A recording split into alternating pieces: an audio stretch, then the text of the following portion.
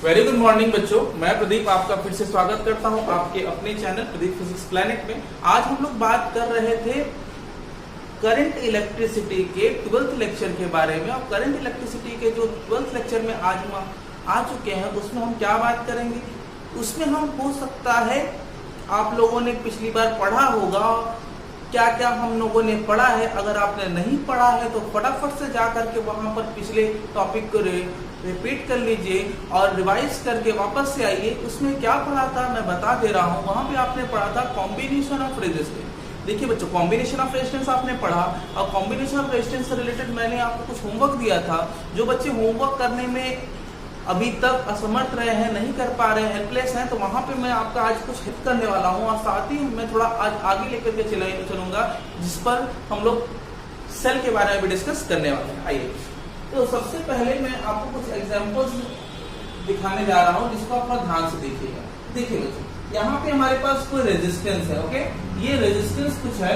अगर इस रेजिस्टेंस में इस वाले को हमें किसी तार से कनेक्ट कर दे और इस वाले को हम ऐसे किसी रेजिस्टेंस से कनेक्ट कर दें, और अगर इस रेजिस्टेंस की वैल्यू अगर हम 3 ओम रखें, इस रेजिस्टेंस की वैल्यू 6 ओम रखें, 6 ओम रखें और इसकी 12 ओम रखें, तो फिर यहाँ पर B लिखने पर, यहाँ पर A लिखने पर A और B के बीच में इक्विवेलेंट रेजिस्टेंस क्या होगा, तुल्य प्रतिरोध क्या होगा। नाउ जरा ध्यान से देखिएगा बच्चों, ये पॉइंट और ये पॉइंट के बीच में एक वायर ऐसे जोड़ दिया गया, सिंगल वायर है। कि सिंगल वायर करता क्या है कि सिंगल वायर अगर किसी रेजिस्टेंस के अक्रॉस लग जाता है तो उस रेजिस्टेंस को ये ब्लॉक कर देता है, खराब कर देता है, मतलब ये अनइफेक्टिव हो जाएगा। याद रखिएगा, अगर किसी सिंगल वायर को इस तरीके से ओवर द रेजिस्टेंस लगा दे तो ये क्या अनइफेक्टिव हो जाता है। अगर ये अनइफेक्टिव हो गया तो बचा कौन, 6 और 6। ये 6 और ये 6 क्या है, सीरीज में है और यहाँ पर ये क्या है, पैरेलल में। तो 6 और 6 बच्चों क्या होगा, ऐड कर लीजिएगा। 6 और 6 को अब ऐड करेंगे तो आपको वैल्यू मिल जाएगी 12 ओम की और ये आपका नाम आ गया R1। सिमिलरली मैं नीचे वाले की बात करूं तो ये हो जाएगा 12 और फाइनली 12 ओम एंड 12 ओम किसमें हो गया, पैरेलल में हो गया। और पैरेलल में इसकी आंसर आ जाएगा 1/R is equal to 1/12 plus 1/12। तो R की वैल्यू आ जाएगी 6 ओम। तो नाउ बात समझिएगा कि यहाँ से हम इसकी वैल्यू फटाफट से निकाल लेंगे। बिना टाइम गवाए हम फटाफट से चलेंगे आगे बच्चों अगले एग्जाम्पल की ओर। देखिए, सबसे पहले मैं आपको अगले कुछ ट्रिकी क्वेश्चंस के बारे में भी आगाह कर दूं। यहाँ पर मेरे पास कुछ और भी क्वेश्चन है जो अच्छे खासे और अच्छे ट्रिकी भी कहलाते हैं। देखिए, यहाँ पर हमारे पास कोई इस तरीके का डिवाइस है, इस तरीके का कोई इक्विपमेंट है जिसमें रेजिस्टेंस का कॉम्बिनेशन है। यहाँ पे मान लीजिए 6 ओम है, यहाँ पे मान लीजिए आपका 6 ओम है, यहाँ पे मान लीजिए आपका 12 ओम है, यहाँ पे 6 ओम है और यहाँ पे 3 ओम है। आपको पूछा गया है A और B के बीच में इक्विवेलेंट रेजिस्टेंस क्या होगा। देखिए सिंपली कैसे डील करेंगे। 6 ओम और 6 ओम ये आपस में क्या होंगे, जरा ध्यान से देखिएगा। अगर आपको A और B के बीच में निकालना है तो आप सबसे पहले आउटर सर्किट को डील करेंगे। तो ये 6 और 6 किस में हो गए, सीरीज में, और ये क्या हो जाएगा, सॉल्व करेंगे तो ये हो जाएगा 12 ओम। बच्चों क्या समझा आपने, ये हो गया 12 ओम। ये कुछ इस तरीके से हो गया, कुछ इस तरीके से आप लिख सकते हो। ये 12 ओम हो गया बच्चों, ये भी 12 ओम हो गया और फाइनली ये भी 12 ओम और ये फाइनली कुछ इस तरीके से इसका जो पिक्चर है वो निकल के आ रहा है। ये A है, ये B है। अब ये 12 ओम और ये 12 ओम बच्चों, ये 12 ओम और ये 12 ओम आपस में पैरेलल होंगे और इसको आप सॉल्व कर देंगे तो 12 ओम और 12 ओम पैरेलल में सॉल्व करते हैं बच्चों तो ये 6 ओम आता है। कर लीजिएगा। अब ध्यान से देखिएगा, ये सिंप्लीफाई होकर सर्किट कुछ इस तरीके का हो गया। 6 ओम और 6 ओम देखिए बच्चों डायरेक्टली कनेक्टेड है क्योंकि आपको तो यहाँ पे निकालना ही है। तो 6 और 6 फिर से क्या हो जाएगा, 12 हो जाएगा। तो मतलब अब जो फाइनली सर्किट निकल के आएगी वो कुछ इस तरीके की आएगी और ये कुछ आप ऐसे लिख सकते हैं 12 ओम और यहाँ पे आप लिख सकते हैं 3 ओम। ये A है बच्चों, ये B है। 13 और 3 क्या है आपका 12 ओम एंड 3 ओम जो है वो किसमें है, आपका पैरेलल में है। तो हम इसको फाइनली 1/R लिख सकते हैं। कुछ इस तरीके से सॉल्व करने के लिए हम इसको ट्रीट करेंगे 12 1 + 4 और दैट इज 12/5 R की वैल्यू आएगी बच्चों। ठीक है, सॉल्व कर लीजिएगा। तो इस तरीके से मैंने आपको दिखा दिया कि ये तो हमने कुछ ऐसे क्वेश्चन देखे। अभी क्वेश्चंस का सिलसिला जारी है बच्चों, जाना नहीं है कहीं, बने रहिए। तो क्या है, तो हमारे पास और भी क्वेश्चन है और देखते हैं बच्चों। Example number 3। तो एग्जाम्पल नंबर 3 में क्या है, आइए देखिए। ये एनसीईआरटी का मैं आपको क्वेश्चन दिखा रहा हूँ। ये एनसीईआरटी के भी कुछ एग्जाम्पल है, बड़े ही प्यारे हैं, ठीक है। आपको देख करके अपने घर पे जाल बनाने का भी मन करेगा, ठीक है। तो ये कुछ इस तरीके का स्ट्रक्चर निकल के आ रहा है। ये डरना नहीं है, ये कुछ है नहीं, ये सिंपल है जितना देखने में डर लग रहा है। ये बी यहाँ पे दे दिया और यहाँ पे बच्चों दे दिया आपने ए, यहाँ पे 6 ओम, यहाँ पे 6 ओम, ठीक है। यहाँ पे आप लिख सकते हो 3 ओम और यहाँ पे आप लिख सकते हो 3 ओम।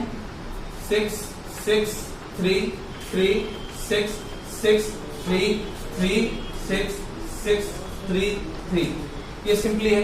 अब यहाँ पर ये एनसीईआरटी का क्वेश्चन है जिसको हमें सॉल्व करना है। सिंपल है बच्चों, क्या करना है, ये हर एक अलग अलग ब्रांचेस डिवाइडेड है, ठीक है। ऊपर की जरा ध्यान से देखिएगा, 6 और 6 है बच्चों, तो 6 और 6 ऊपर का हो जाएगा आपका ये वाला ब्रांच, 6 और 6 12, और नीचे 3 और 3 क्या हो जाएगा 6। तो सिंपली ये रेजिस्टेंस मैं कुछ इस तरीके से बता सकता हूँ। और ये जो सिंपली ये रेजिस्टेंस निकल के आया 12 और 6 का स्ट्रक्चर जो कुछ इस तरीके से आएगा, ये ऐसे कर दिया आपने, ये हो जाएगा 12 ओम और ये हो जाएगा 6 ओम। सिंपली इसको थोड़ा सा और आगे लेके चलते हैं, ठीक है। ये क्या 12 ओम और ये 6 ओम। सिंपली इसको और आगे लेके चलते हैं, ये फिलहाल फिर से हो जाएगा 12 ओम और नीचे क्या हो जाएगा 6 ओम।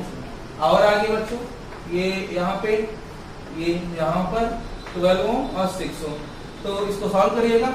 12 और 6 आराम से सॉल्व कर सकते हैं। तो 12 और 6 को सॉल्व करने के लिए 1/12 प्लस 1/6 और ये 1/R1 आ गया आपका, और ये आएगा आपको कितना बच्चों, इसको सॉल्व करेंगे 12 1 प्लस 2 और that is R1 is equal to आ जाएगा आपका 4 ओम। ये 4 ओम 4 ओम 4 ओम ये सब फाइनली किस में होंगे, सीरीज में होंगे। तो 4 plus 4 plus 4 plus 4 that is what, that is simply 30। ये आपका 16 ओम लिखा जा सकता है। लीजिए, तो ये रेजिस्टेंस आ गया। और मैं आगे बढ़ूं और थोड़ा क्वेश्चन को और डीपली समझने की कोशिश करूं कि और कौन कौन से क्वेश्चन है जो हमें चैलेंज कर सकते हैं। तो यहाँ पर एग्जाम्पल नंबर 4 है। ये क्या है, ये कुछ इस तरीके का क्वेश्चन हो सकता है जो कि सच में आपने कभी देखा हो और नहीं देखा होगा, तो आज इसको हम लोग एकदम अच्छे से डील कर लेंगे, ठीक है। ये कुछ इस तरीके का हो गया।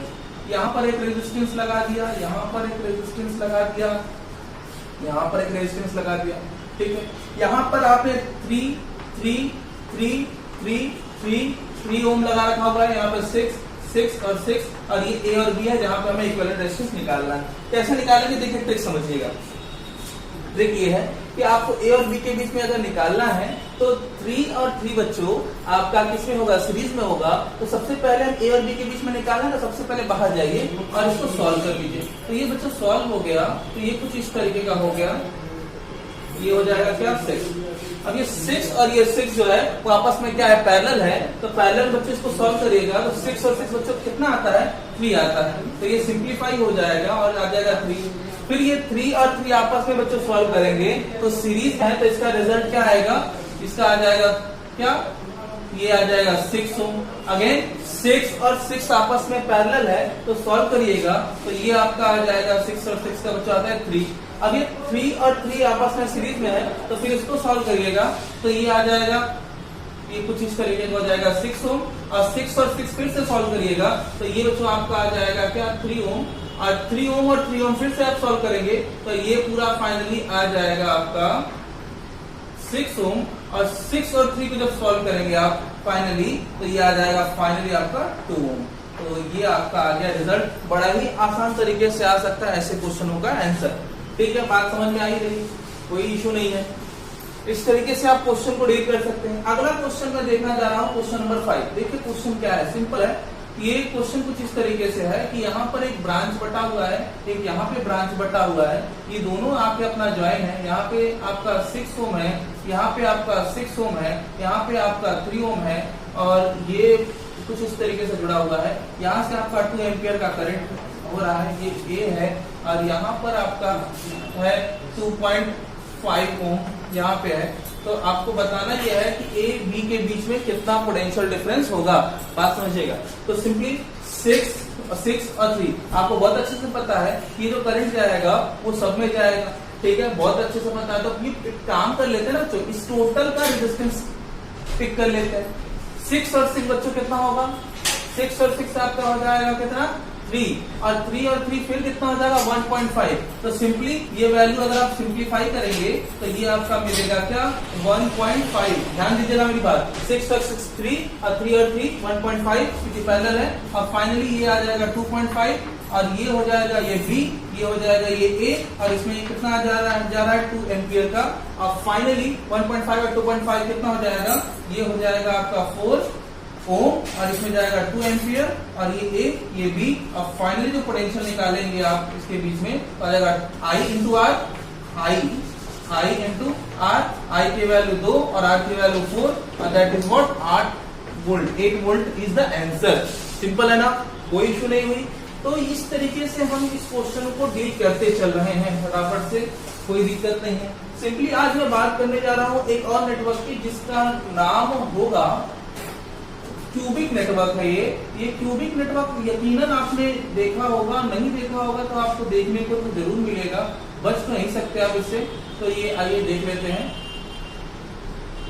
ये कुछ इस तरीके से ये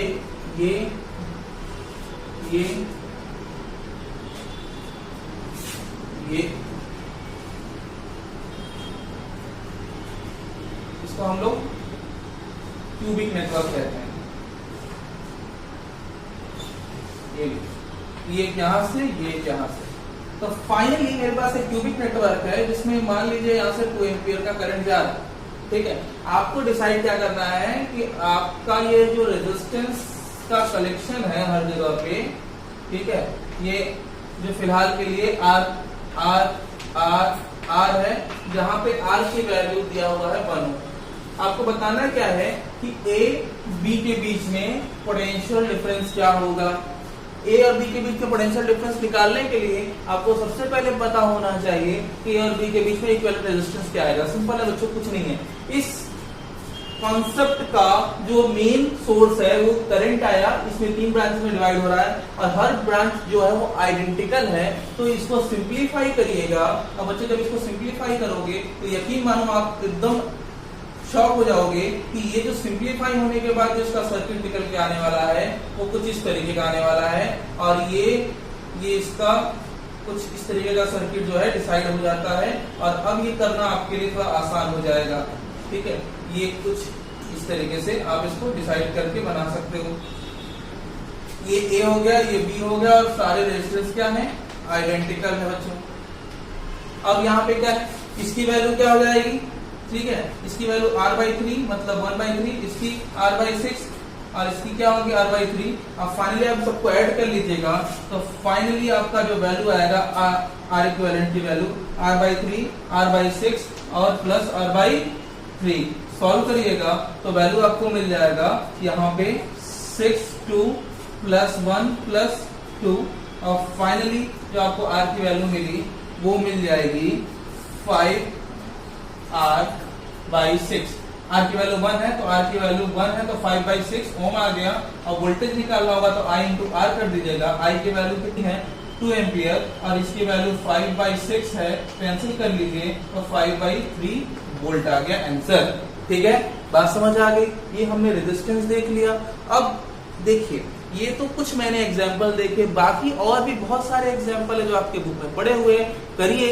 और देखिए आज हम लोग इलेक्ट्रिक सेल के बारे में डिस्कस करने वाले हैं और वो इलेक्ट्रिक सेल क्या होता है मैं आज थोड़ा बता देता हूँ, बाकी क्लासेस अगले बारे में हम बात करेंगे।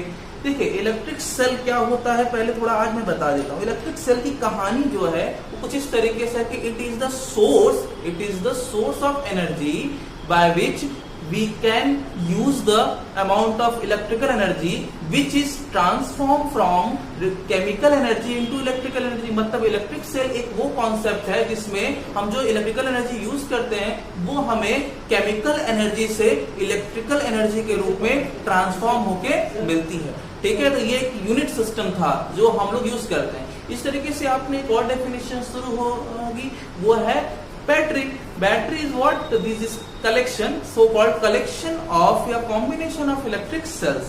तो यहाँ पर आप बैटरी को थोड़ा किनारे कर दीजिए, क्योंकि ये बड़े वोल्टेज, बड़ी एमएफ, बड़े पोटेंशियल का होता है। वहीं मैं इलेक्ट्रिक सेल की बात करूँ तो यही हमारा जो है वो बेसिक कॉन्सेप्ट होगा। तो अगले क्लास में बच्चों हम लोग इसका इलेक्ट्रिक सेल का क्लासिफिकेशन करेंगे। तब तक के लिए अपना ख्याल रखिए, खुश रहिए और आबाद रहिए। जय हिंद।